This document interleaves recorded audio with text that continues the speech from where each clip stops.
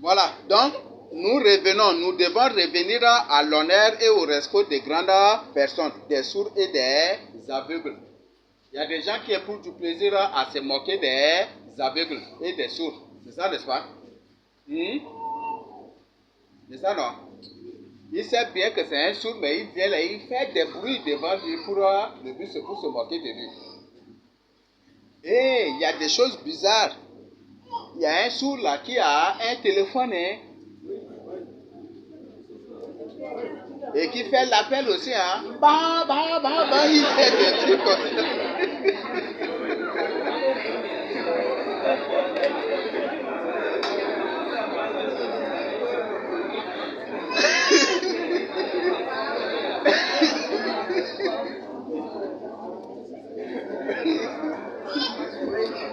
Il y a des sourds qui ont des appels d'église. C'est déjà terrible là. Moi, c'est de savoir aussi comment la voiture. On a discuté avec une sœur concernant cette affaire-là. Sur l'école des sourds et des aveugles. Les aveugles qui ont des écoles aussi, des sourds qui font les écoles et même qui lisent. Peut-être que les aveugles là, il y a certains qui lisent. Donc, ça, c'est leur truc, c'est braille, non? Oui, ils font avec leur main comme ça et puis ils lisent. Ils vont être mis dans les mains avec ils lisent. Et cela, c'est. Je pose la question, est-ce que cela, c'est pas la sorcellerie ou quoi? Donc, on va discuter, mais. Ça, c'est un peu compliqué. Malheureusement que ces gens s'apprennent tout, mais ils finissent par ne rien faire aussi dans la société.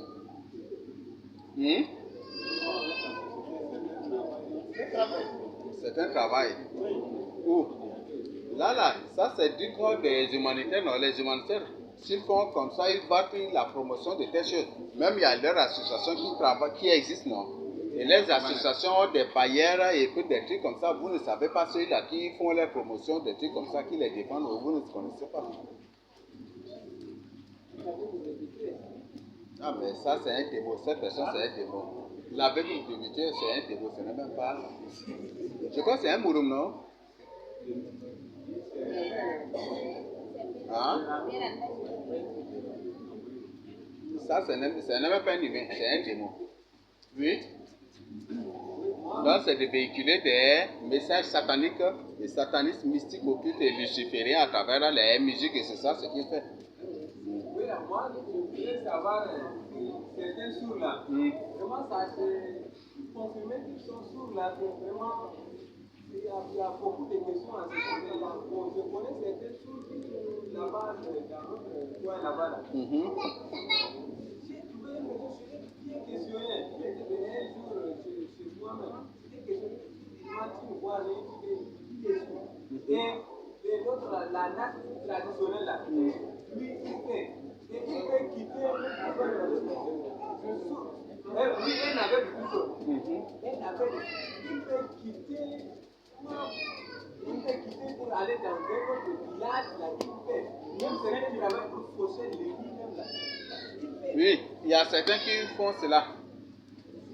Il suffit, là, c'est ceux-là qui les sont en plein temps, non? C'est ça, non? C'est ceux-là qui les sont en plein temps. Donc peut-être c'est pendant leur jeunesse ou des trucs contrôlants, ils sont habitués avec ça. Et comme ils maîtrisent déjà le domaine là, même s'ils sont avec lui, ils peuvent continuer par le faire.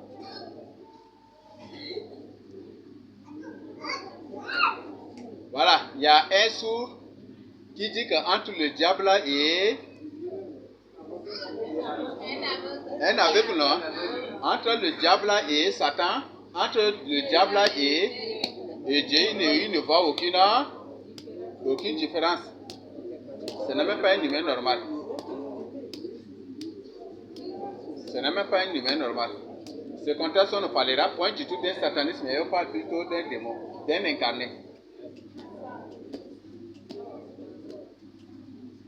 Et parfois, certains de ceux-là que vous prenez pour des sourds ne sont même pas que vous les prenez pour des aveugles, ne sont même pas des aveugles. Oui. Il y a ceux qui véhiculent des messages sataniques, des trucs terribles comme ça. Oui. Hmm. La même chose, notre langue et notre langue, et son domaine, c'est la philosophie et l'existentialisme. Ah, l'essentiel, non? L'existentialisme. L'existentialisme, ah, l'existentialisme. Hein? Oui, quand vous parlez d'un certain concept, je ne sais pas des avant, il y a un homme là, ça également. Il faisait, je pense, il est avec Allah. Ah, parfois, certains là, ils se font eux-mêmes avec pour demander aussi, c'est comme ça. Pour aller voir un Comme il y a des gens qui ne sont ni infirmes ni boiteux, mais qui se promènent avec les tricycles là aussi. Il y a des gens comme ça aussi, non? Voilà. Oui. Je voudrais comprendre. Ah, là, peut m'excuser, oui. Entre le sourd et l'aveugle, peut-on l'évangéliser? Est-ce qu'ils seront sourds? C'est aussi des hommes, non? Oui, est-ce qu'ils seront sourds? Parce que l'aveugle, il ne voit pas. Mais tu lui parles, il peut écouter, il Et un écoute, non? sourd ne connaît pas, il n'entend pas. Comment tu dois le transmettre? Mais tu peux, s'il voit, si c'est un sourd, il y a les gestes aussi, non? Il y a le langage gestes, non? Un aveugle peut t'entendre. Il y a des sourds qui n'écoutent pas, mais qui peuvent lire. Avant, par exemple, en Moursal, quand je faisais l'évangélisation, là, j'ai rencontré des sourds qui n'écoutent pas, mais qui savent lire, et je les mets à leur disposition les traités d'évangélisation, ils prennent, ils lisent aussi. Il y a un moyen de parler avec les gestes, on doit En Moursal même, je crois qu'il y a leur école là aussi. Non? Ah. Voilà. C'est bon? Donc, il faut respecter, il faut honorer les sourds et les aveugles. Il y a des gens qui éprouvaient du plaisir à mal orienter les aveugles pour les faire tomber dans un trou, ou peut-être pour les faire entrer dans la boue, ou pour les faire barboter des saletés, des trucs. Ça, c'est des choses que Dieu condamne. C'est bon? Voilà. Donc, nous devons respecter ces gens-là. C'est bon? Nous continuons. La réconciliation. La réconciliation, ça c'est une obligation. Quand le peuple de Dieu s'était détourné de la loi de Dieu, ils étaient divisés, et non seulement divisés, mais subdivisés. Ce qui fait que certains rois, dans la Bible, quand après ils avaient décidé de rassembler, de revenir à Dieu, ils ont fait une nouvelle alliance avec Dieu. Qu'est-ce qu'ils ont fait? Ils ont envoyé des messagers partout. Revenez, revenez. C'est ça, n'est-ce pas? Et ils se réconciliaient.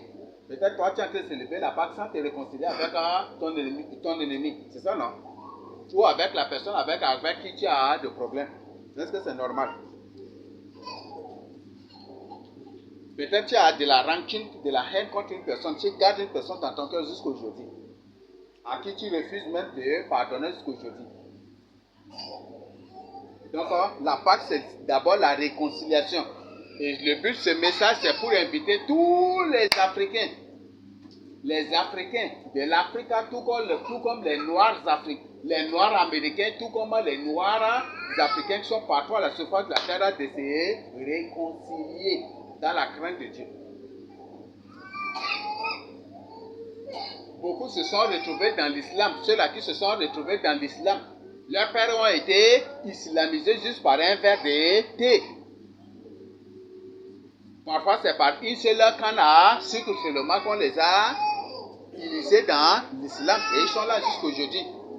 Certains étaient islamisés juste par un morceau de miroir. Quand il prend le miroir, il voit ses dents. Il accepte d'entrer dans l'islam pour regarder cela. C'est la même chose qu'ils ont fait aussi. Donc, ce qui fait qu'aujourd'hui, certains au nord se croyaient des ennemis des sudistes, où ils prenaient les sudistes pour leurs ennemis, alors que nous sommes des frères.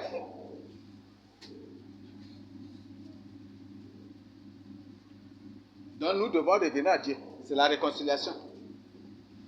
Donc, il faut qu'à partir d'aujourd'hui, chacun ait en lui ce qu'on appelle l'idée de réconciliation.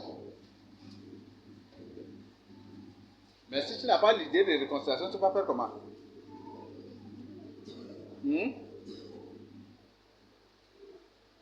Les Boulala sont tes frères.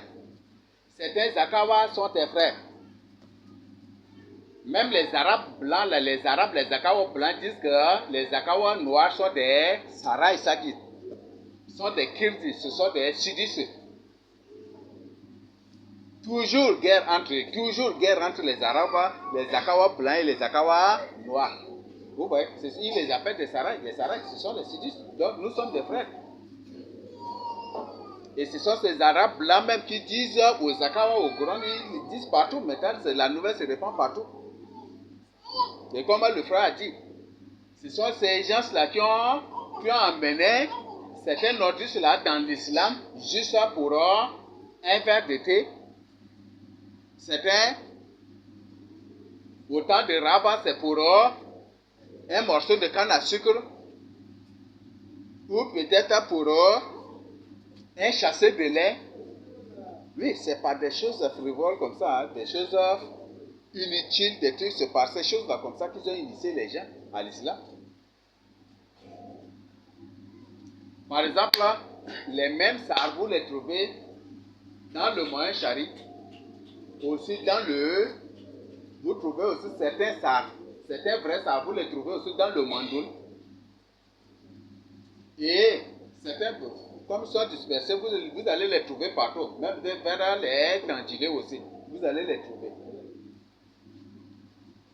Et pas seulement ça, il y a des sars même jusqu'à chez dans le maillot Kébi aussi, vous les trouvez là. Et d'ailleurs même, ce sont nos frères. Si Caleb c'est Jefune, les Molais, les Jefune là, c'est un nom Moudang, les Moudang aussi sont des frères des Sars. Donc nous sommes des frères. Et les Sars, ou les Saras là, les Français les appellent les quoi? Les Sarois. Donc Sar est roi. Donc c'est ça la signification. Les Sars sont des rois. Sarois. Donc c'est ça. Et si vous partez par exemple à Baïli, Bousso, vous trouvez que ce sont les Sarois qui sont en train de gouverner là. Même chef de canton de là-bas, même c'est un Sarois. Donc ce sont des Sars qui sont là. À Bousso, partout, Baïli, partout, c'est eux qui sont là. Et ces mêmes gens, par exemple, on dit Mao là, le chef de canton de Mao, c'est un Gouné. C'est ça, non? C'est ça, non? Non, mais ça, c'est un Sar aussi, non? Hein? Les Adjaraï sont aussi des Sars.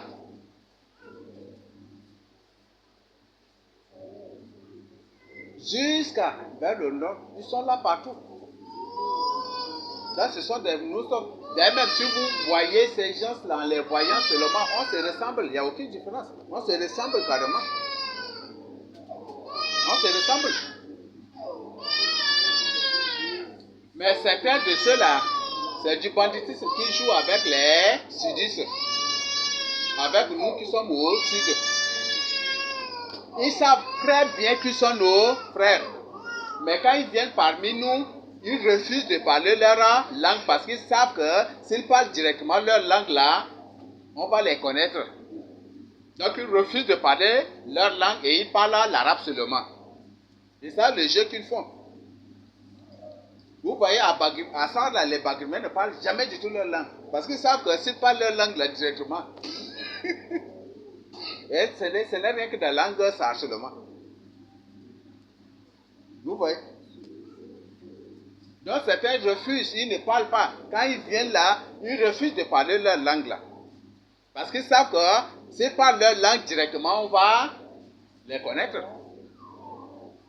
Donc on va automatiquement on va dire, mais ça c'est de ça, mais pourquoi ils se font nos ennemis, c'est ça.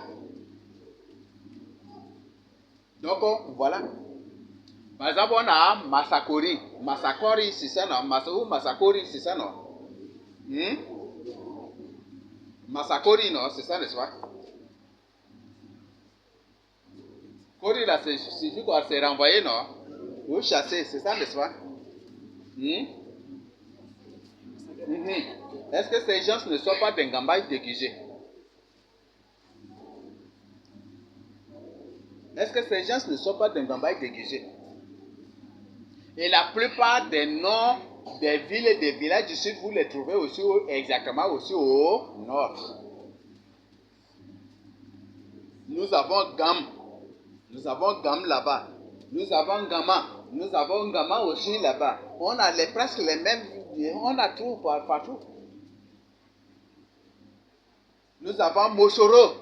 Nous avons Mosoro aussi à Assar là-bas. C'est ça, non? Hein? Masakori.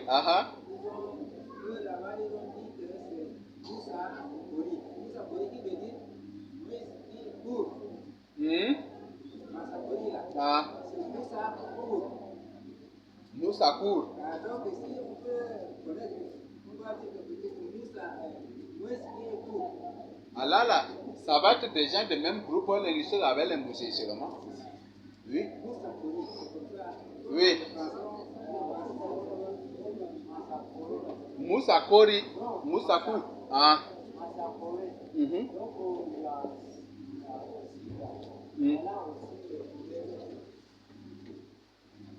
Il y a forêt. Il y en a ici aussi. Il y en a aussi au sud aussi.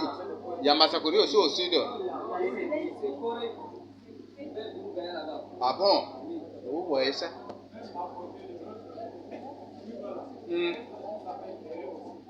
Nous avons Eré ici. Les mêmes villages du sud, vous les trouvez ici au haut. Vous les trouvez aussi au haut nord. Parfois, quand vous vous déplacez, vous voyez les plaques de certains, ça va vous surprendre comme ça, oui.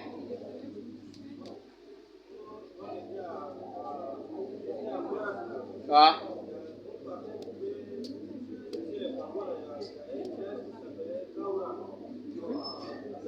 Kaurang à Amjarase.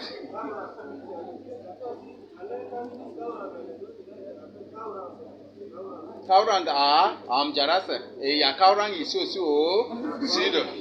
Ah, mais c'est pour ça que les Arabes, les Akao blancs les appellent des Saraï là. Non? Non, les Akao même noirs là, ce sont aussi des sudistes. Oui.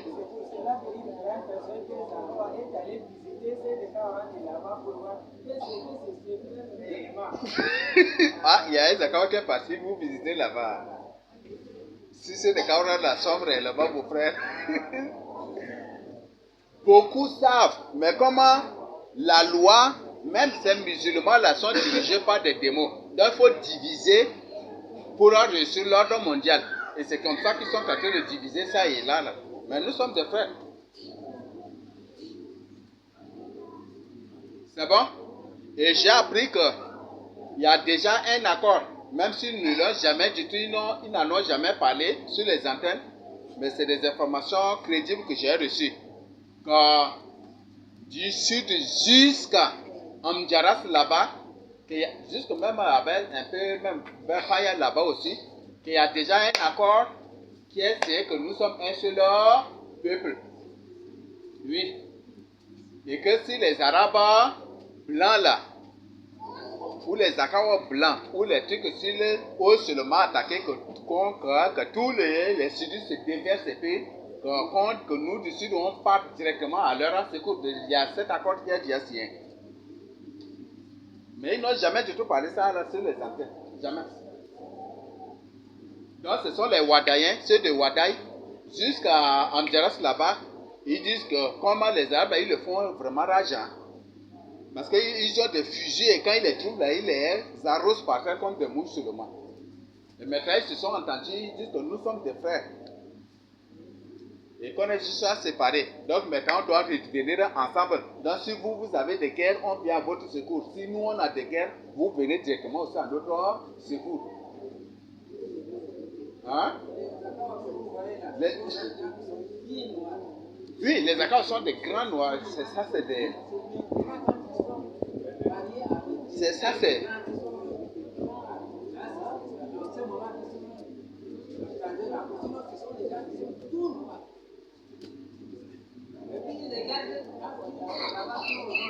Même les génies regardent avec les gars.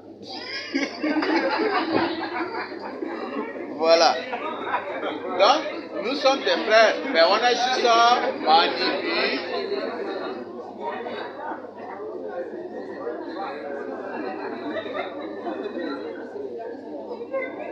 Donc, eux-mêmes, ils ont dit maintenant que nous sommes des frères. Il y a cet accord qui est déjà signé. Là, c'est eux qui ont signé. C'est entre les chefs de canton et puis les chefs de ceci, c'est eux qui ont déjà signé cet accord. Et entre les responsables coutumiers, c'est eux qui ont déjà signé aussi cet accord. Donc, s'il y a une guerre au nord, que les sudistes se parlent directement, à leur secours, et s'il y a une guerre au sud aussi, ils vont directement venir aussi au secours que nous sommes des frères. Mais qu'on est juste divisés. Ça, c'est un accord, je n'étais pas là, c'est eux qui ont fait cela et qui nous en parlent.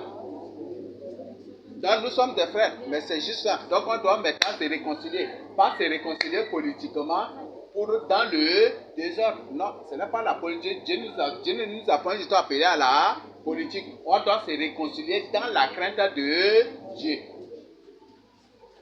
On doit se réconcilier dans la crainte de Dieu. En d'autres termes, on doit tous revenir au Seigneur Jésus-Christ de Nazareth. C'est bon? Voilà, nous continuons. Donc, la réconciliation est obligatoire. Donc, à partir d'aujourd'hui, si tu crois que les nordistes sont tes ennemis, il faut te mettre cette idée-là de ta tête. Parce que chaque nordiste dit que les sudistes sont ses ennemis. Et chaque sudiste dit que les nordistes sont nos ennemis. Et je crois que chacun des deux camps, au moins, ça grandit dans cette culture, dans ses idées, et même dans ses pensées ou dans ses attitudes, même de vengeance aussi. Ça, Dieu nous condamne cela. On doit revenir au Seigneur Jésus-Christ. Donc, à toi qui connais la vérité, doter ces idées-là à partir d'aujourd'hui de toi. Parce que si tu es contre quelqu'un, est-ce que tu vas l'évangéliser? Si tu es contre quelqu'un, est-ce que tu vas l'évangéliser? Si tu es contre quelqu'un, est-ce que tu vas lui parler de la parole de Dieu?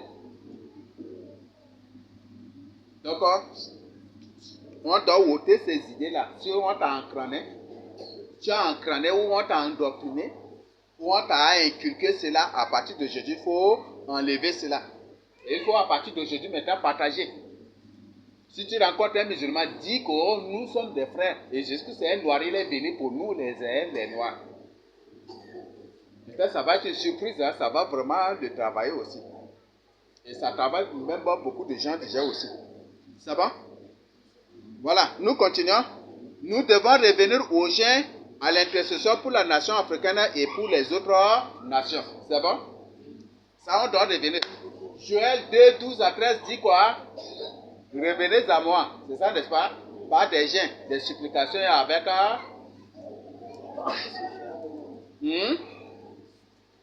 et même avec des actions de grâce aussi. Et qu'on doit déchirer nos cœurs et non nos habits. C'est ça, n'est-ce pas? Donc on doit revenir maintenant. Donc on doit revenir. Revenir à notre source et revenir aussi aux vies des gens. Parce que la vie des gens est purement juive. En d'autres termes, la vie des gens est purement africaine. Et ils savent que la vie des gens, c'est une vie purement africaine qui dépêche les humanitaires pour former les gens dans les nutritions là. Mangez ça et puis vous allez avoir telle forme. Et le but, c'est pour que les Africains oublient au fur et à mesure le gens de leur vie. Et c'était ça. Ils étudient de très loin des choses.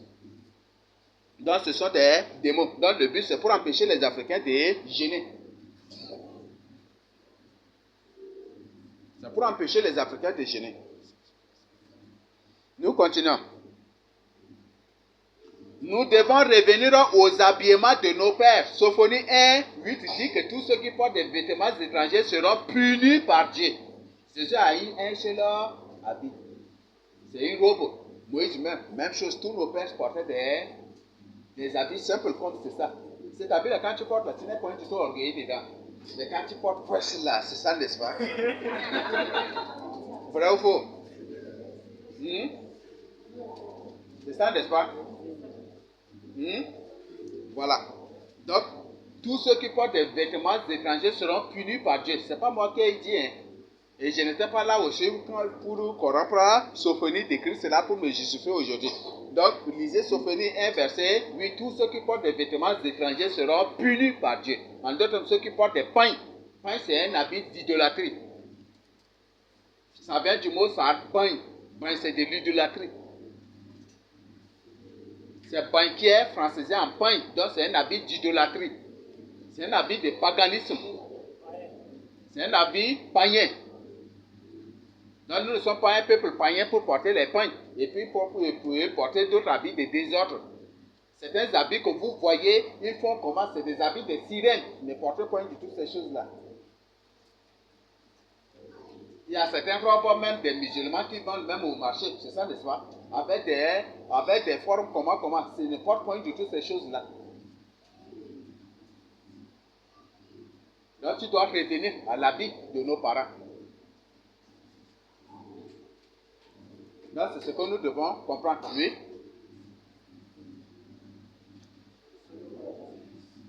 Amen.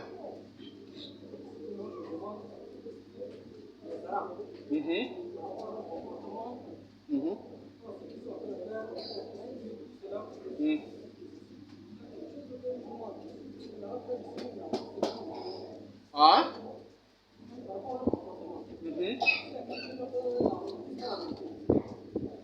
Ils ne disent pas la vérité, non? Mais eux, dans le Coran, c'est dit que Allah c'est un grand menteur, jusqu'à ce que ses disciples même sont des grands menteurs, mentent beaucoup comme lui aussi. Donc le domaine de l'islam, c'est le mensonge. C'est ça qu'en Saron dit islam. Donc il est en train de mentir, c'est un menteur. Oui. Hein? Non, il y a des filles, il y a nos frères parmi nous et là. On est en train de parler par exemple, ceux de Wadaï, ceux de les Kenga, les Adjarai, on parle la même langue, non? Ceux de Bagrimi, les Bagrimiens, on parle la même langue, non? Les Boulala, on parle la même langue, non? Jusqu'au Wadaï là-bas aussi. Et je dis jusqu'à même à Amdjaras là-bas, on parle presque les mêmes langues. Certains, c'est du banditisme seulement. Quand ils viennent parmi nous ici au sud, là, ils ne parlent pas leur langue là. De peur qu'on les découvre, c'est juste ça seulement. Ah, ils parlent arabe là seulement. Ils ne se basent uniquement sur arabe là seulement. Oui. J'aimerais savoir, comme vous venez de dire, c'est nos frères qui sont là. Mais ethnie arabe, même en tant que frère, là, ce sont des groupes Ça, c'est d'autres personnes carrément. Quand on parle des Arabes, on parle des Ismaélites, on parle des Édomites, on parle ça, c'est d'autres personnes carrément. Ça va? Donc eux là, beaucoup plus eux-mêmes, ils ont une forme différente. Un vrai arabe, tu le vois directement, tu le connais. Tu n'as même pas besoin de te poser même des questions. Un vrai arabe, tu le vois directement, tu le connais seulement. Sa forme, sa face même, c'est différent. Tu le vois très différent des autres même. Oui. Ah.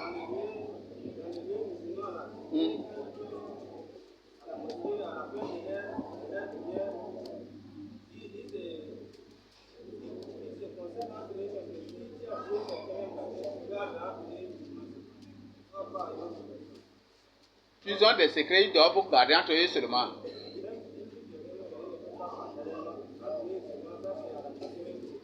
Oui.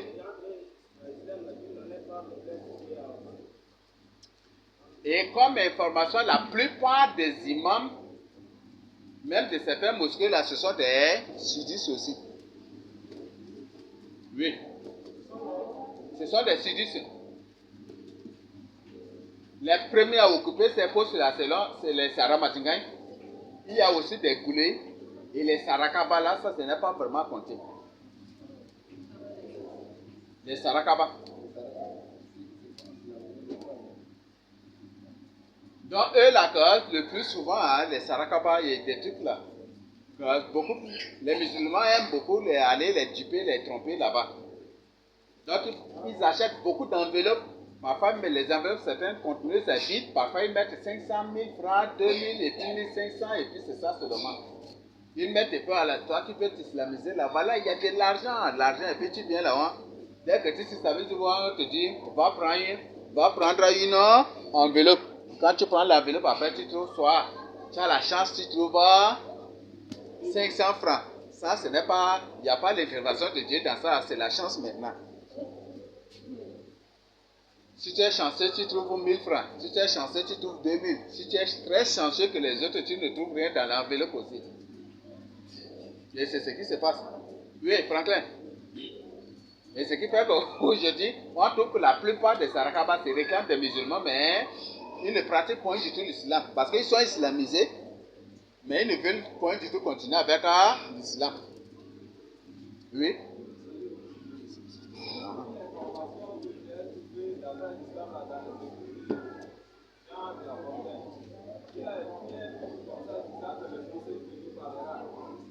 Un conseil tenu par les rats, oui. Dans cela-là, les gens avaient quitté les rats là, dans le marais, parti à l'Arabie Saoudite. Et de ce que tous espéraient qu'il va changer. Mais il est venu là, il mange souvent, tout le monde n'a pas pu les rats là. Ça a vu les chrétiens, quand ils apprennent les enfants de Dieu, quand ils acceptent que c'est un chant, les musulmans là, quand ils parlent à ce l'islam, ils s'en Non, une personne, s'il entre dans l'islam, il devient autre personne. Il devient une personne violente, un grand menteur, un grand manipulateur, et une personne très attachée même à l'héritage, une personne très attachée aux choses de vie. C'est ça l'islam. Dès qu'une personne entre dans l'islam, se promène avec couteau, c'est ça non? Et quand une personne quitte l'islam pour devenir disciple du Seigneur Jésus-Christ, il jette son couteau, il y a une grande différence non? Ou il n'y a pas? Il y a une grande différence non? Ou il n'y a pas? Dès qu'une personne devient un vrai disciple du Seigneur Jésus-Christ, lui, il jette le couteau, il jette les machettes, il se promène avec livre. Tandis que quand une personne devient musulman, il se promène avec un couteau, ou avec un machette, ou avec un sabre. Il y a une grande différence, n'est-ce pas? Voilà. Oui. J'aimerais savoir, la langue que vous parlez dans la Bible, c'est quel genre de langue? Si on revient encore sur ça. Oui, tu vas lui rapporter. Ou tu vas lui faire compte rendu.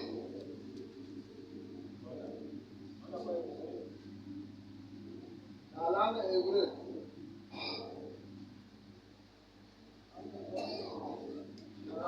Oui. La langue hébreu, avec au moins le grand des points, la langue hébreu à Bible. Parce que si c'est nous qui sommes le vrai peuple de Dieu, le Seigneur Jésus-Christ était appliqué exclusivement et chacun. Donc c'est un sahara. Il ne peut pas quitter, il ne peut pas être d'une autre communauté ou d'un autre peuple militaire ici chez nous. Donc le Seigneur Jésus-Christ était sahara. La véritable langue hébreu, c'est la langue sahara de Charles. Et nous partageons notre Jésus-Christ.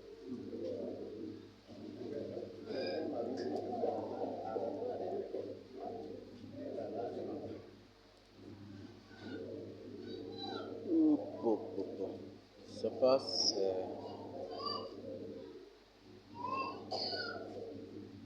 Bon, là peut-être j'ai déjà effacé.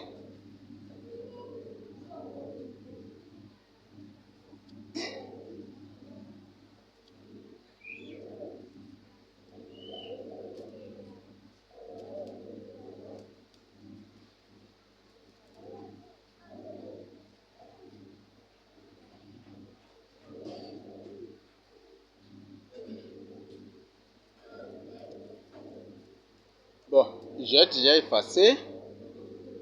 Mais si tu fais la connexion,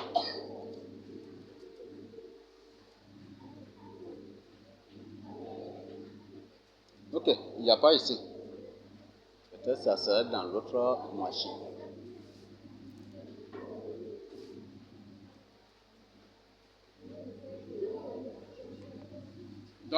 comme tu as l'habitude de faire la connexion, tu écris, entre dans YouTube, tu écris à l'intérieur du peuple africain se trouve le véritable peuple de Dieu.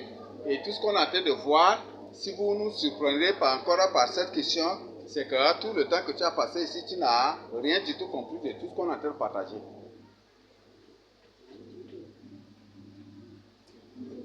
Voilà, nous continuons. Nous devons revenir aux habillements de nos pères. Sophonie 1, verset 8.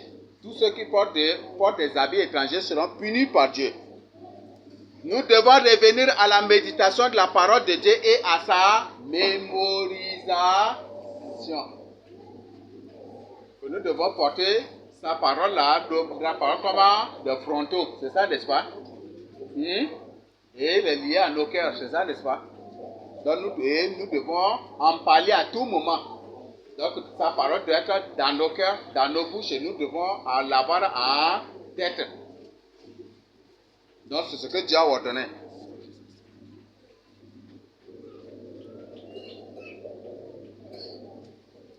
Nous devons revenir à l'aide et au secours aux pauvres, aux misérables, aux veuves et aux orphelins. Peut-être tu connais un orphelin que jusqu'à aujourd'hui tu ne veux pas son secours. Peut-être tu connais une veuve à qui tu ne lui tends même pas la main. C'est ça, n'est-ce pas? Donc on doit revenir. Et Dieu dit, si tu fais du mal aux veuves ou à l'orphelin, qu'est-ce qu'il va faire? Que lui va se lever, il va prendre son épée et puis il va frapper. Après là, il va faire aussi de vos enfants des veuves et de vos femmes, de vos enfants des orphelins, de vos femmes des veuves. C'est ce qu'il a dit, n'est-ce pas? Donc on doit revenir maintenant au secours, aider les veuves, aider les orphelins, aider les démunis, aider les pauvres et les misérables. Si tu laboures, même c'est le riz, il faut labourer une partie, il faut labourer et puis tu laisses une petite partie comme ça, une petite portion pour les pauvres, les veuves et les orphelins, pour qu'eux-mêmes ils viennent récolter ça. Et si tu vois qu'en laissant cela, c'est les bœufs qui vont venir faire la fête avec, il faut récolter tout cela, tu peux récolter et puis prendre et partager avec les veuves, avec les orphelins. C'est bon? C'est bon? Voilà, nous continuons. Nous devons revenir à l'école des paroles du Seigneur Jésus-Christ dans 2 Chroniques 20. Dans 2 Chroniques 20, qu'est-ce que le Seigneur dit? Qui va nous lire 2 Chroniques 20?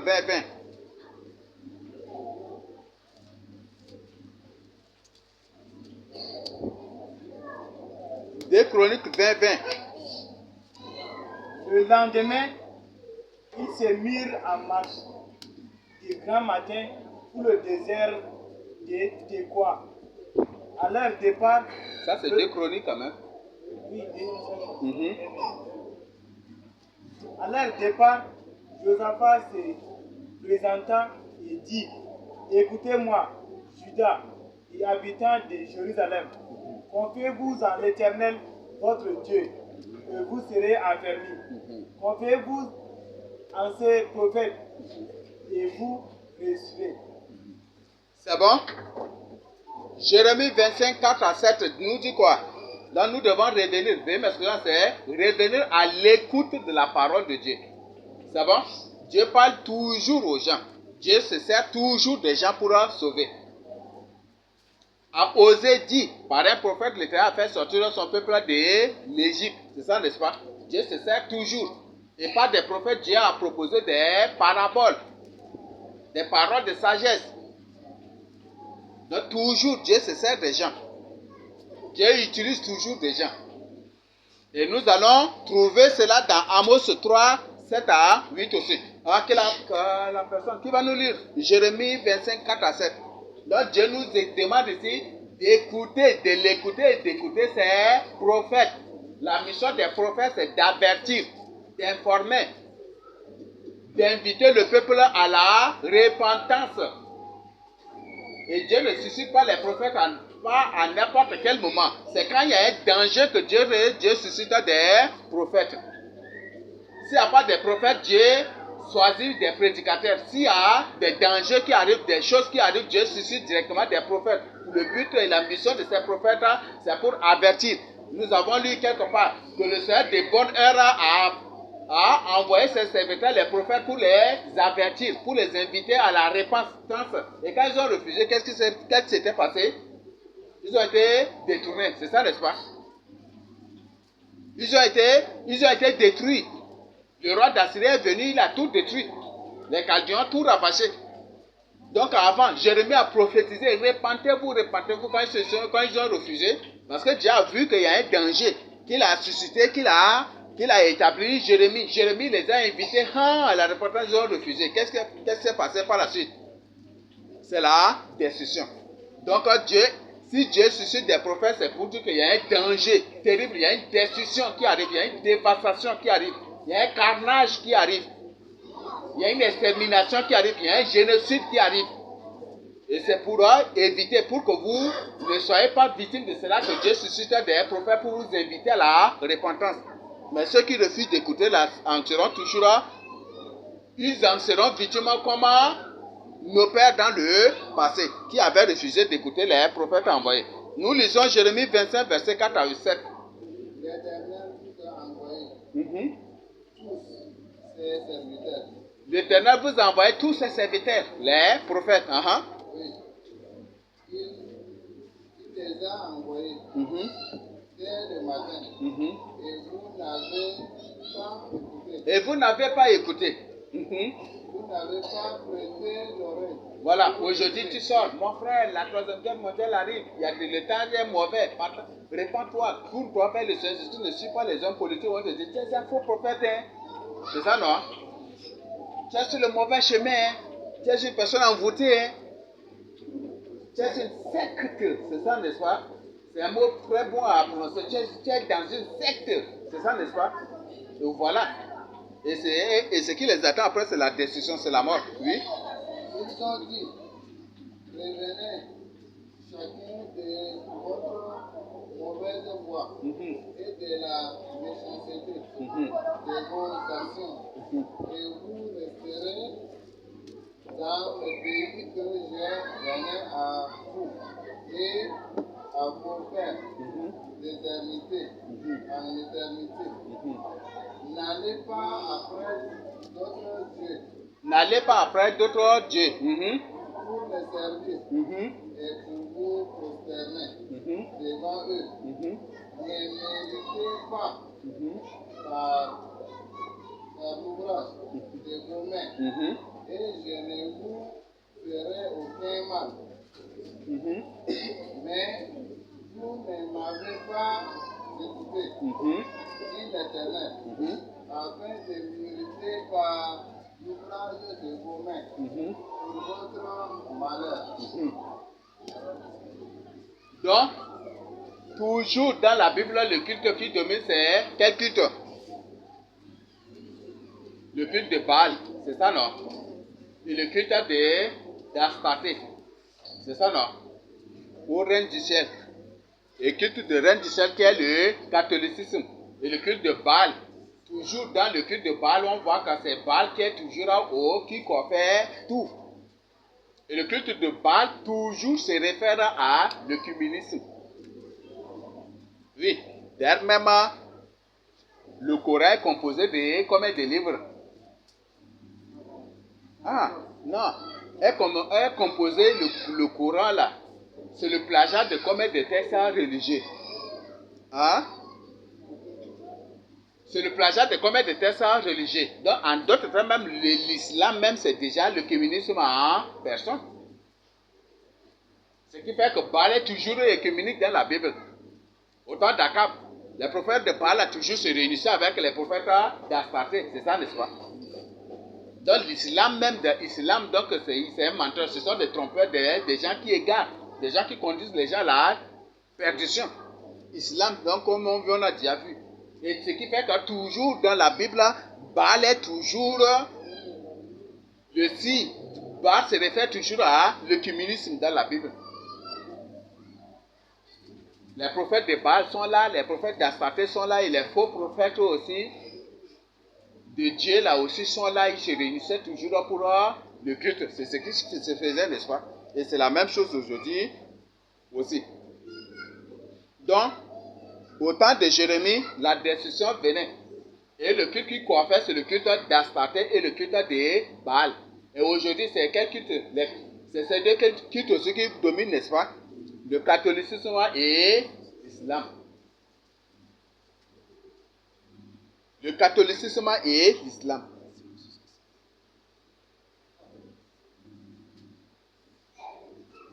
Ce sont ces cultes-là qui dominent aujourd'hui. Et Dieu voit que c'est la décision qui arrive. La décision est déjà résolue. Et ils ont refusé d'écouter Jérémie et par la suite comment ils ont fini. La tragédie. Et quelques réchappés après ils disent, on est complètement détruits comme toi et je nous vois. Consulte maintenant l'Éternel pour nous. Nous ferons tout ce que l'Éternel te dira. C'est ça, n'est-ce pas? Oui. Jérémie est parti pour consulter Dieu. Quand Dieu dit, ne partez pas maintenant, j'ai compassion de vous. Restez sur place, ne partez pas. Il dit, tu es en train de dire des mensonges au nom de l'Éternel. Encore, ils ont créé des problèmes à Jérémie.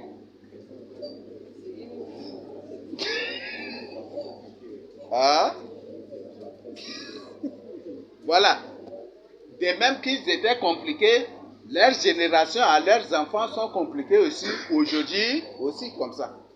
Tu partages, tu dis la vérité, la personne dit c'est vrai, mais la personne ne se répond pas. La personne ne change même pas de vie, la personne ne prend même pas une décision. Et il est comme son papa, n'est-ce pas? Et le Seigneur dit, c'est qu'ont été vos pères, vous l'êtes aussi. Donc vous voyez ça. Voilà, qui va nous lire Amos 3, verset 7 à 8. Car le Seigneur l'Éternel ne fait rien sans avoir révélé son secret à ses serviteurs, les prophètes. Le lion rugit, qui les serait effrayé. Le Seigneur l'Éternel parle, qui les prophétiserait. Donc si Dieu parle, tous les prophètes de Dieu vont prophétiser. Si Dieu parle, même si on ne prophétise pas comme ça, Dieu nous révèle tout ce qu'il a dit dans le rêve ou dans une vision. Il nous montre tout cela. Et Dieu ne fait rien sans avoir averti à ses prophètes, à ses serviteurs, les prophètes. Dieu ne fait rien. Les prophéties là, ça ne prendront fin qu'après, c'est à la fin du monde.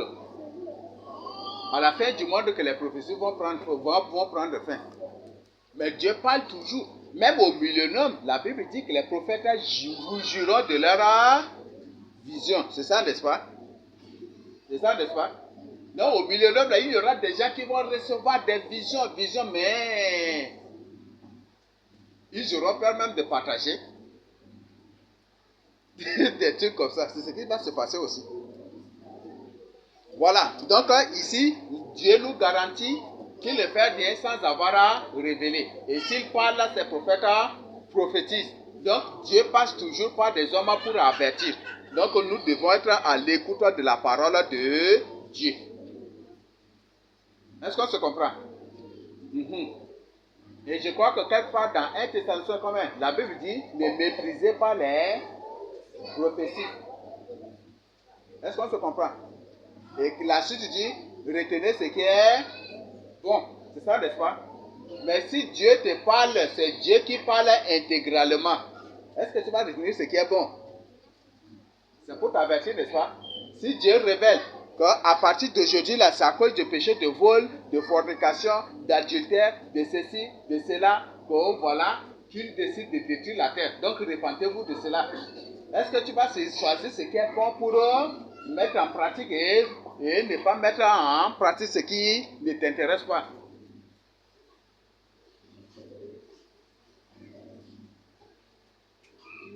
Ou Dieu te dit, quitte le communisme pour ton salut.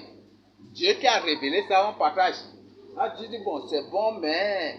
Et puis l'autre, et puis tu refuses, tu choisis, parce que ça tu choisis, mais tu refuses de choisir, de quitter le communisme. Et quand tu refuses, tu crois que tu seras sauvé? Donc, tout enfant de Dieu, quand Dieu parle, il écoute directement, il connaît la voix de Dieu. Même c'est ce que le Seigneur nous dit dans Jean 10. Les brebis connaissent la voix de leur berger. Et ils ne suivront point d'autres personnes. Donc, en d'autres termes, si actuellement tu es là et que tu n'as pas l'esprit de discernement en toi, tu ne connais pas, tu n'arrives pas à discerner la vérité du mensonge, c'est que tu n'es pas encore une brebis du Seigneur.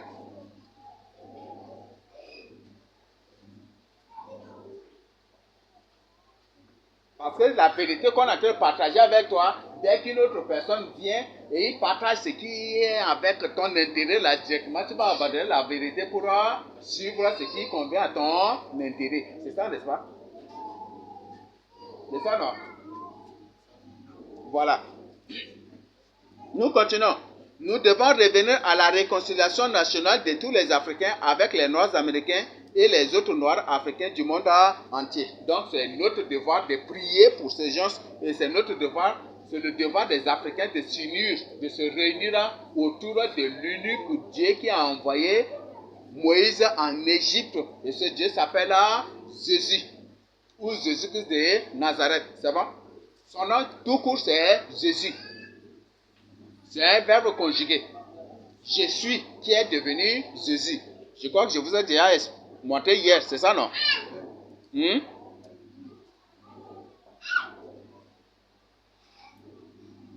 Ah, maintenant, je ne sais pas si c'est où.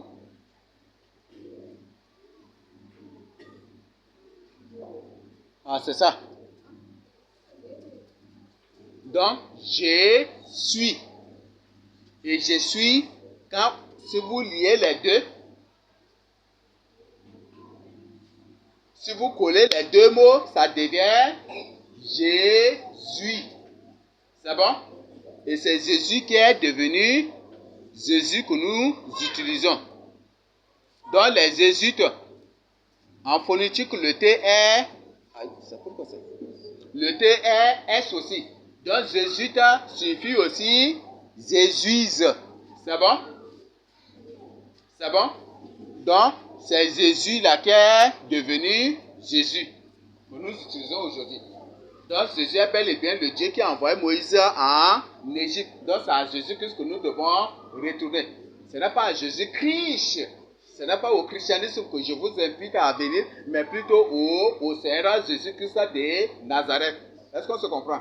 Il y a une différence entre Christ et Jésus. C'est bon? Et je crois qu'on a déjà vu un enseignement sur ça aussi.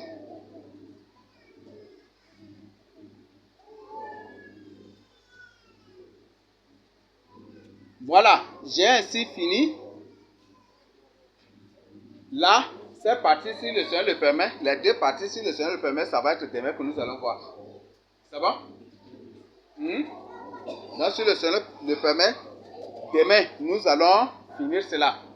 Donc, en conclusion, voilà les choses.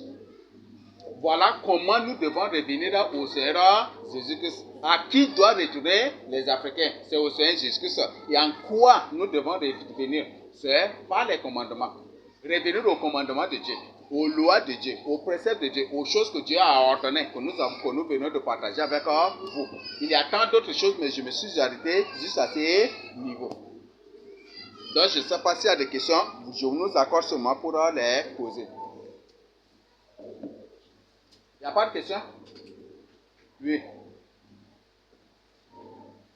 Je voudrais savoir par rapport quand le Seigneur suscite le prophète. C'est lorsqu'il y a un danger qui guette le peuple.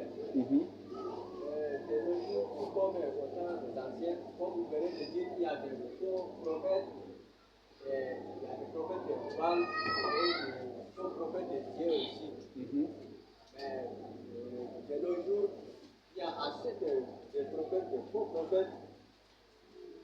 Il est difficile, si rare de connaître, de trouver les vrais prophètes envoyés par Dieu.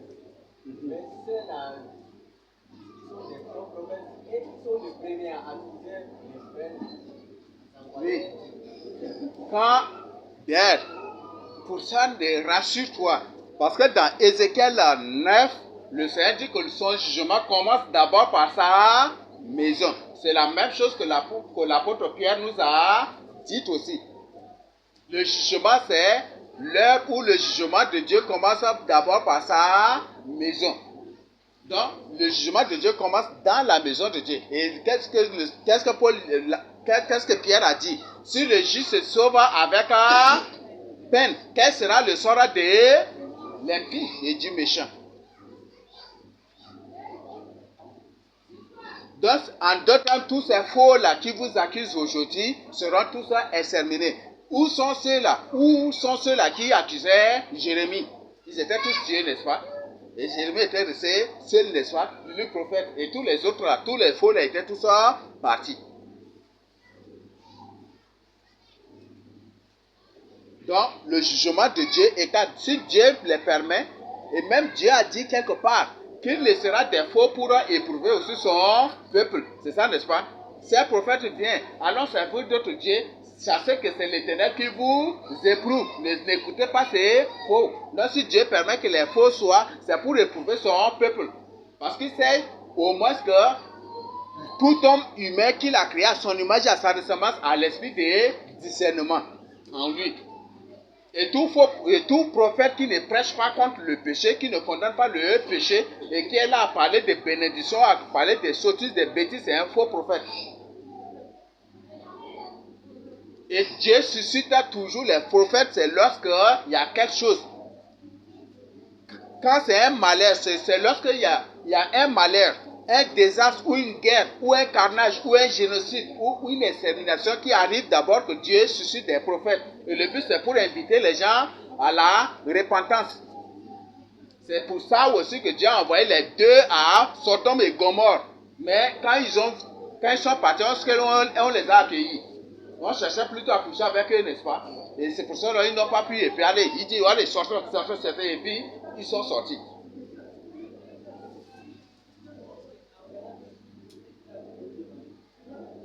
Donc si Dieu permet les faux prophètes, ils sont là, c'est pour que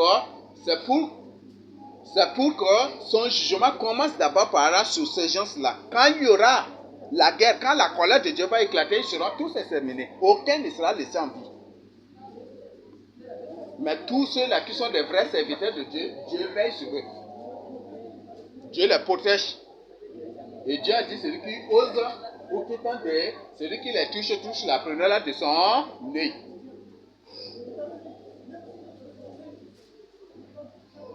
C'est bon? Oui. Autre question? Ou c'est bon? C'est bon, non? Ok, oui. Oui. Pour ça, pour les faux prophètes, même il y a un sataniste qui a dit, c'est un sataniste soi-disant passé, il a dit, les faux prophètes, c'est la condamnation de ceux qui ne croient pas à la vérité. Donc lui-même, il est un faux prophète et il dit qu'il a donné un terme, les faux prophètes, c'est la condamnation de ceux qui ne croient pas à la vérité.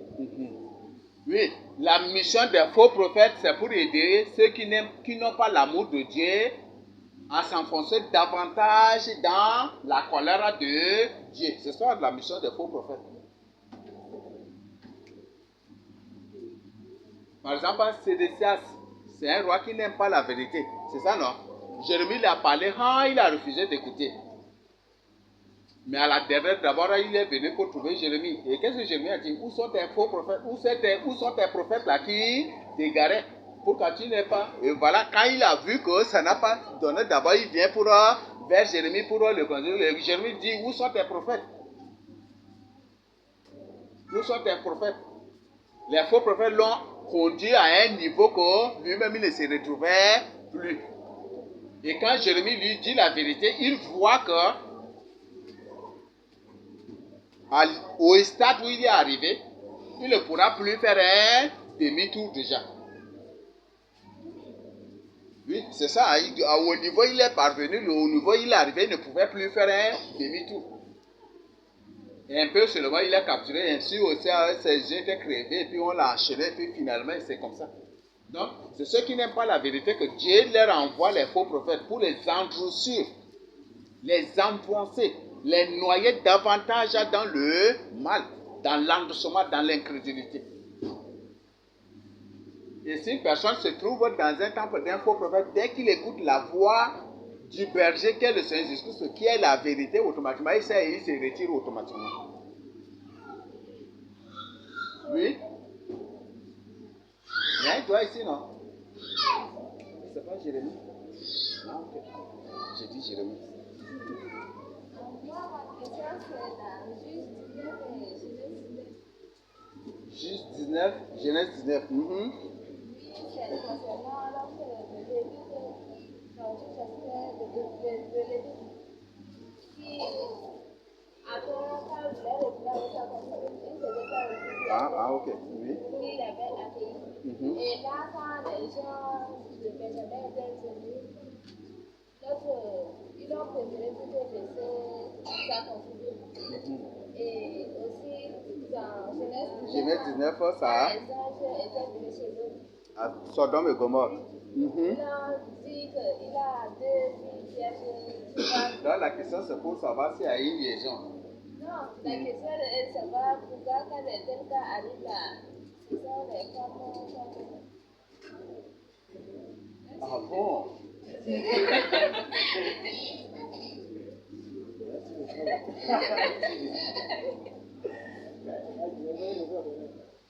Voilà. La question est celle-ci. Pourquoi dans Genèse 19, tout comme dans Juste 19, quand il s'agit d'attraper les hommes, c'est les femmes plutôt qui sont livrées.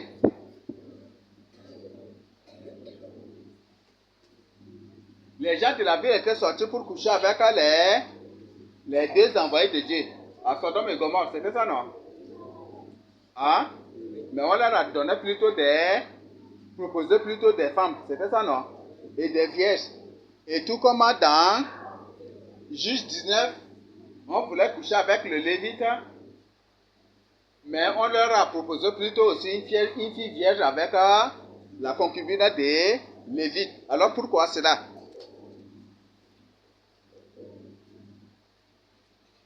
Ah, là vous pouvez répondre.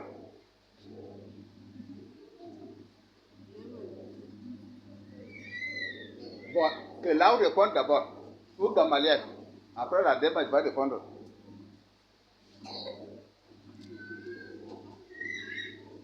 Oui?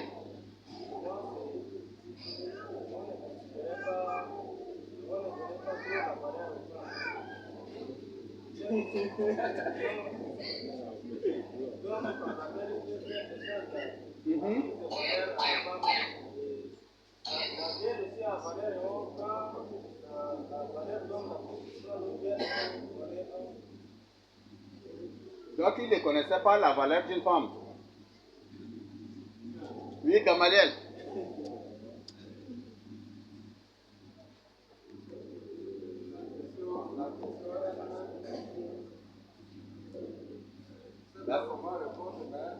La question semble compliquée. Quand on demande à coucher avec un homme, ça veut dire que ça ne marche pas. Voilà, la femme, en principe, Dieu a créé la femme, Dieu a créé l'homme. L'homme doit vouloir coucher avec elle. Et ceux à qui le Seigneur a envoyé les messagers pour les délivrer, par exemple, Lot, quand les 2 envoyés de Dieu étaient arrivés, Lot avait la crainte de Dieu. Et il ne permettra pas que ces gens qui la couchent avec les autres que Dieu a envoyés. Donc, il a préféré leur donner des femmes épargner les autres que Dieu a envoyés. Ne pas permettre que ces gens la couchent avec les envoyés de Dieu. Même dans Juge, le Lévite qui était arrivé, ces gens voulaient coucher avec le Lévite. Comment? C'est pas. Donc, celui qui a réussi à préférer donner la femme de Lévite là, sauver le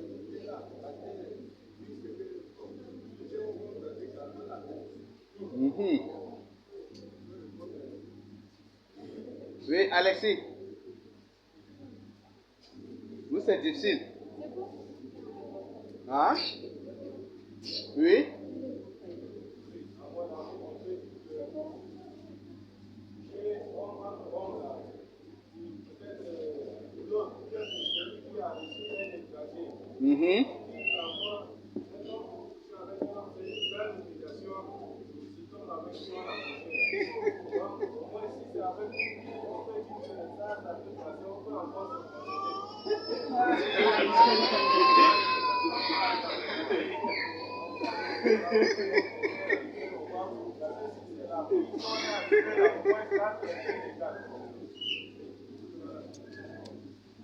Oui, Papa Pierre.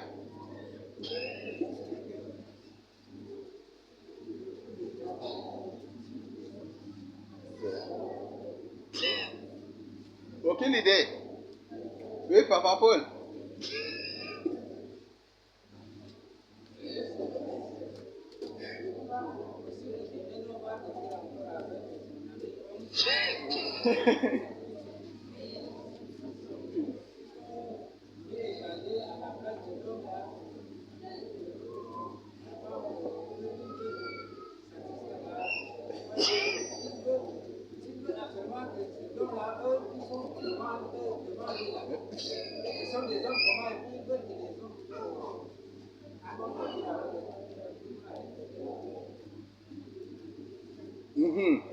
Oui, ça c'est vraiment la nourriture des démons, hein. L'homosexualité. Oui, c'est... Oui, Jean.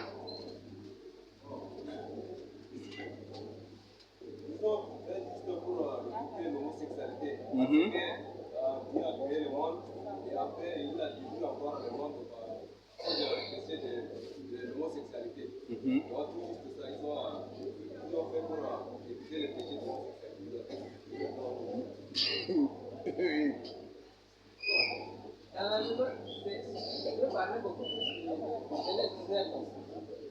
Dans le livre de Genèse 19, les deux anges qui ont été envoyés, c'était pour constater, voir ce qui s'est passé véritablement dans la ville de Gomorrhe et de Sodome.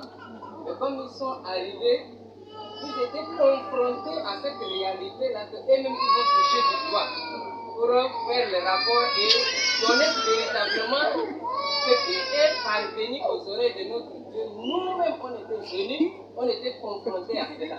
On a vu de nos yeux, nos oreilles ont écouté. Ça, c'est un témoignage qui est crédible. Et quand quelqu'un écrit de tels rapports-là, c'est déjà consommé. C'est comme j'avais remarqué, je veux faire la même chose. Ah bon? Oui.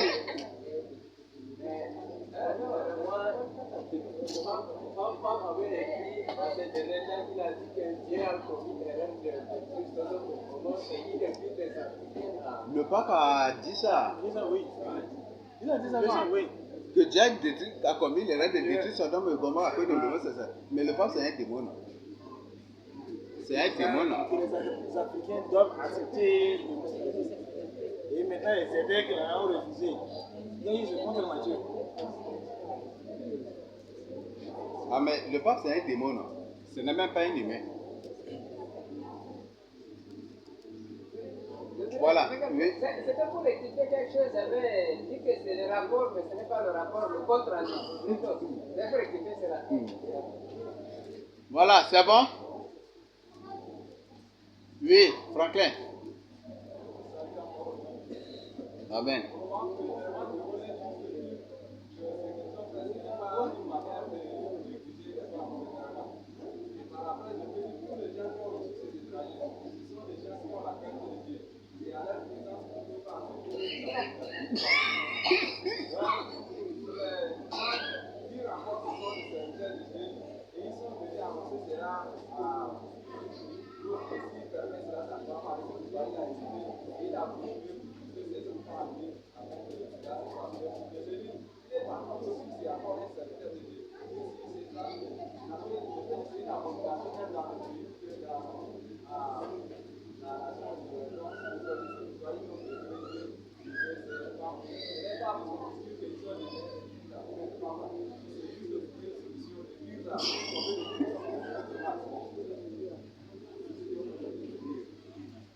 Tu as peut-être d'écouter les réponses à tes questions là.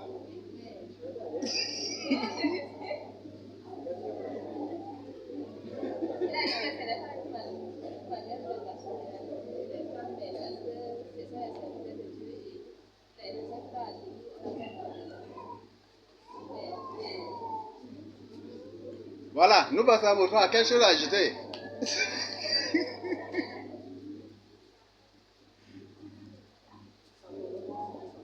Avec.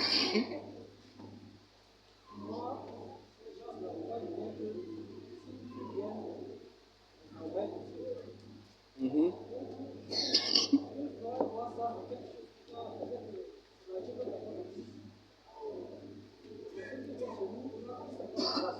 Mhm.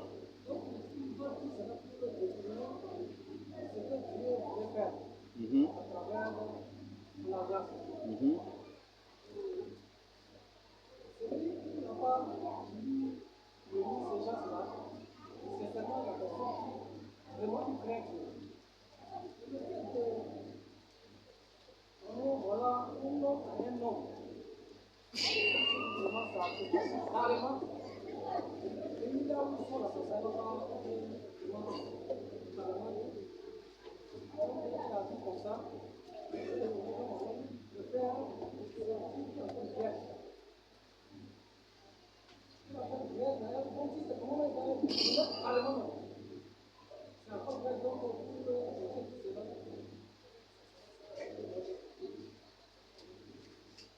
Oui.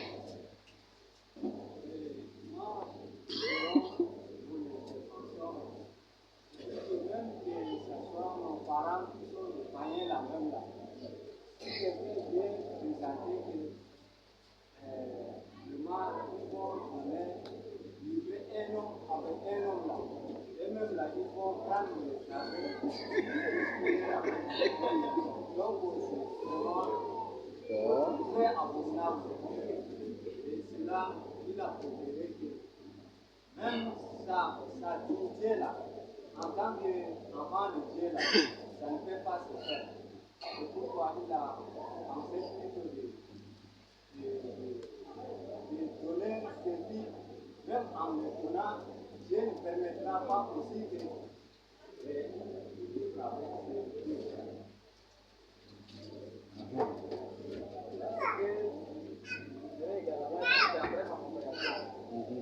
Dieu ne s'était pas trompé pour créer l'homme et la femme.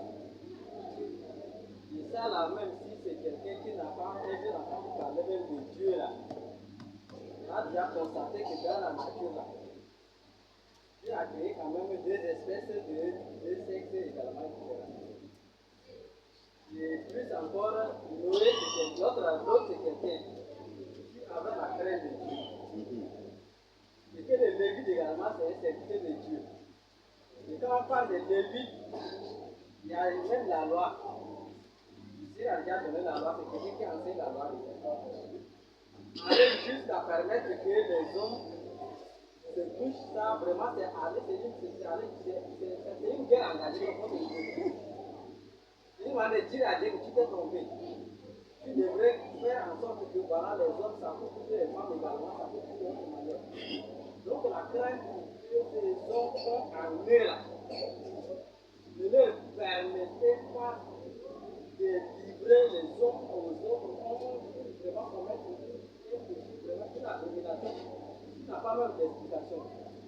Comme Dieu a créé la femme et l'homme là, pour atténuer peut-être la situation, pour permettre les femmes. On peut quand même se justifier un peu humainement pour se justifier. Humainement, parce que c'est une femme que j'ai livrée. J'ai livré. Parce que l'humanité c'est livré, le couple a livré un grand. Oui, l'autre peut dire que non, vous les étrangers, moi je me livre avec.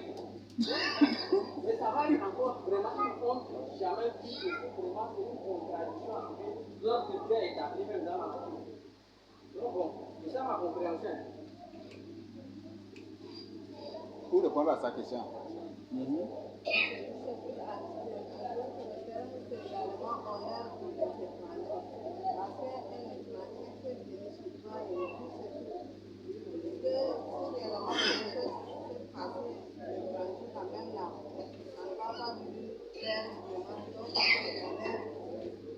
Donc, c'est un honneur à l'étranger. Voilà. Ce message, ce qui est caché derrière cela, c'est une évangélisation. C'est juste une information biblique que ces gens se donnent.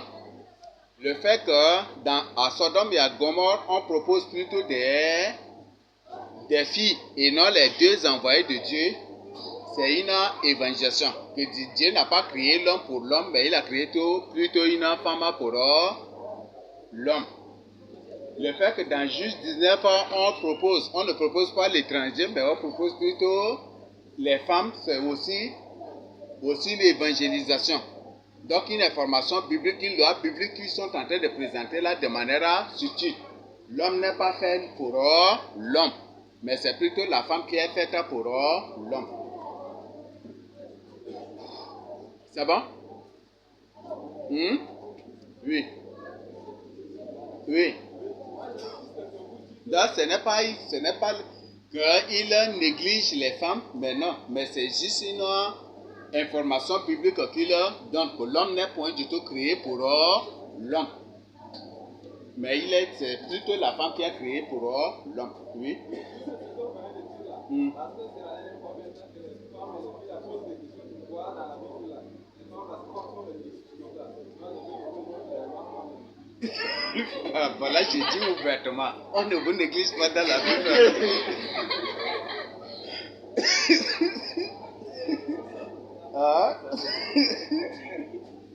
Mais surtout ne réclamez pas votre indépendance. Oui. Par rapport à ça, là, j'ai vu également la chanson que j'ai écoutée de Renaud par rapport à mon frère. Il y a une chanson où on chantait Frère. Et on voit le cerf, il peut la je ne sais pas, il a eu cerf. Et quand dans la chanson il écrit frère. Et quand on chante, on voit cerf. Et il a fait notre cerf. C'est quoi par rapport à la question de Oui. Dans certains contextes, les femmes sont appelées des hommes. Et ce contexte est purement juif ou en d'autres termes sont purement ça. Parce que quand un ça appelle une femme homme, c'est pour que c'est une vaillante, une guerrière. C'est une personne qui ose. Quel soit ce que tu lui fais, elle ne va jamais du tout se plier, elle ne va jamais du tout se décourager, mais elle tient fermement à sa décision. Il y a telle femme, on l'appelle des hommes. Donc c'est pour ça qu'il faut que vous compreniez aussi selon les contextes. Oui. Mais par rapport à la pécha là, dans la Bible, quand les Bibles de Cody dit frère, pour dire que parmi ces frères, il y a des sœurs aussi. C'est pas pour autant dire qu'il n'y a pas des sœurs là. Même en grammaire, là, on fait à l'école, là, quand il y a même un seul homme, là, il dit est-ce que c'est un problème? Ça vient là, il faut dire surtout, n'introduisez pas dans l'église de Christ l'idée de 8 mars. N'introduisez pas dans l'église de Christ l'idée de 8 mars. Et si vous voulez qu'on remplace dans la Bible les mots frère, où on ajoute aussi frère, sœur. S'il n'y a pas sœur là, on ajoute aussi sœur là, ça c'est autre chose. C'est pas pour dire que les femmes sont négligées, mais c'est une réalité biblique. Et quand dans la Bible, les sœurs sont appelées aussi des frères, on les met dans le même, c'est qu'on les situe au même niveau, c'est pour dire qu'elles aussi, elles sont persécutées, mais elles tiennent ferme. Malgré que c'est des femmes, mais elles sont fermes dans leur décision de supporter, de subir tout ce qu'il faut subir pour leur salut. Donc c'est dans ce contexte ce qu'on les appelle des hommes ou des frères. Parfois on appelle même tous les disciples, on les appelle frères hommes, c'est ça n'est-ce pas? Parfois vous utilisez, donc ça comprend vraiment au contexte. Et c'est un contexte purement ça. Donc les sarkis, quand un sar appelle une femme homme là, ou parfois on dit Dian Dingam, c'est ça n'est-ce pas? Une femme homme. Donc c'est aussi ça. Donc c'est pour que c'est une femme capable de tout. Elle a pris si elle prend déjà une décision, quel soit ce que tu feras, elle ne va jamais du tout renoncer à sa décision. Quelles que soient les persécutions, elle tient ferme jusqu'au bout. C'est bon? Voilà, je m'arrête à ce niveau. On est... L'heure est un peu avancée. Je ne dis pas l'heure, peut-être que les gens vont crier, mais l'heure vient pas. C'est bon? Donc, je m'arrête à ce niveau. On va prier pour clore et passer à autre chose. Amen. Voilà. Là, nous demandons aux frères chargés de délivrance à Ndjekorba d'élever là-bas pour clore le moment. Le type biblique connaît ce que c'est. Amen.